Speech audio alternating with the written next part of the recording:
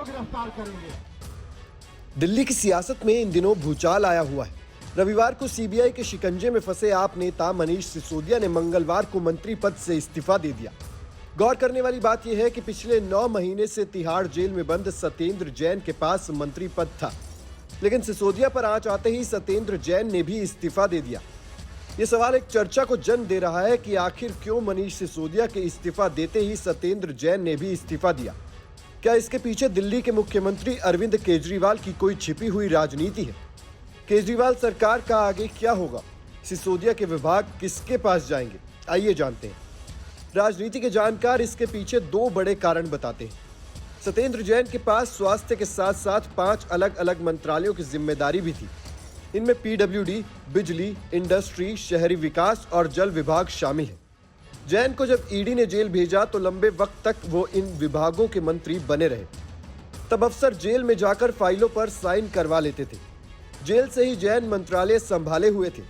हालांकि बाद में जब मुश्किलें बढ़ने लगी और विपक्ष का हमला शुरू हुआ तो जैन से सारे विभाग ले लिए गए।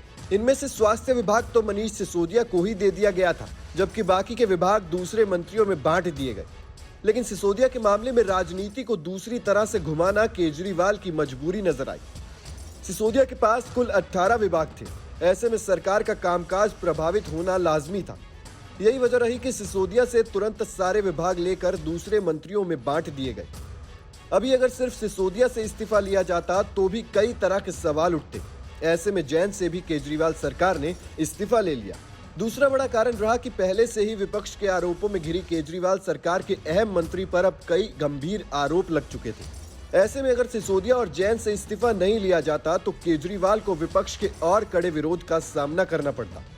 जनता के बीच भी बदनाम होने का डर केजरीवाल सरकार की नींद उड़ा रहा था। अब ऐसे में केजरीवाल को कामकाज चलाने के अलावा पार्टी की छवि को जल्द से जल्द सुधारने की चुनौती थी। इसी वजह से मनीष सिसोदिया के सभी 18 विभाग दिल्ली सरकार के मंत्री कैलाश गहलोत और राजकुमार आनंद के बीच बांटने में केजरीवाल ने जरा भी देरी करना ठीक नहीं समझा। दिल्ली सरकार को बजट पेश करना है, जिसके लिए कैलाश गहलोत को वित्त विभाग की जिम्मेदारी सौंपी गई है। अब आगे दिल्ली की राजनीति में केजरीवाल क्या चाल चलते हैं और उसका आम जनता पर क्या संदेश आता है, ये तो वक्त ही बताएगा। Team news nation digital.